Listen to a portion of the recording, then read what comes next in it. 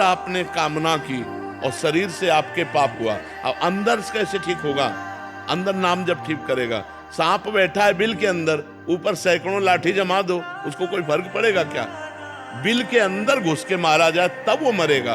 तो इस शरीर रूपी बिल के अंदर बैठा हुआ पाप है, उस पाप को मारने के लिए नाम जपना अत्यंत आवश्यक है। तुमसे सच्ची कह रहे हैं, एक एक क्षण भगवान तुम्हें देख रहे तुम्हें, और एक एक बात तुम्हारी सुन रहे हैं। पर जब तक तुम सही आचरण नहीं करोगे, तब तक तुम नहीं जान पाओगे कि भगवान तुम्हें देख रहे हैं और भगवान तुम्हारी सुन रहे हैं। वर्तमान का अच्छा कर्म तत्काल तो शांति देगा, लेकिन परिणाम आगे देगा। तत्काल फल नहीं मिलता है।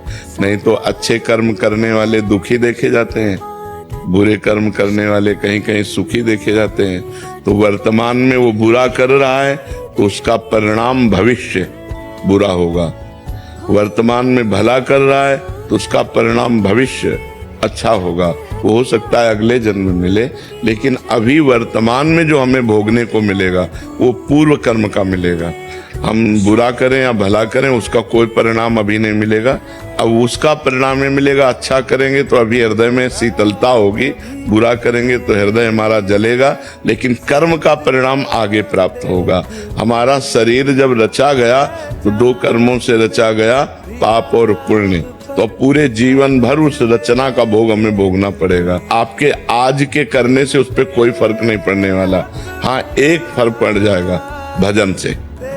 यदि आप भजन करोगे, भगवान का नाम जप करोगे, तो आपके अशुभ नष्ट हो जाएंगे, पाप नष्ट हो जाएंगे, प्रारब्ध को सहने की सामर्थ्य मिलेगी और आप आगे निकल जाएंगे। लौकिक पढ़ाई भी करनी चाहिए, लौकिक पदों पर भी जाना चाहिए, पर इस पर जाने के लिए हमें सफलता के लिए हमारे पास तप चाहिए, पुण्य चाहिए।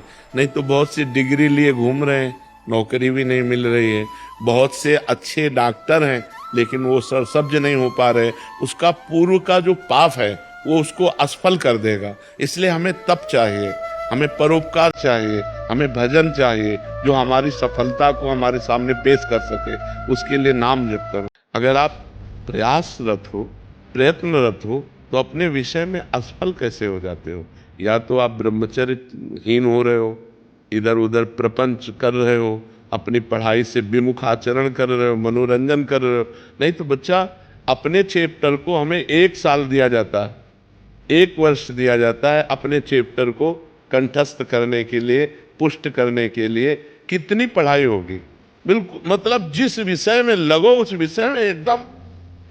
तो हम कह रहे हैं तुम्हारा जो चैप्टर है हम उसे कंठस्थ कर सकते हैं। तो हम इतने कमजोर क्यों हैं कि हम फेल हो जाते हैं?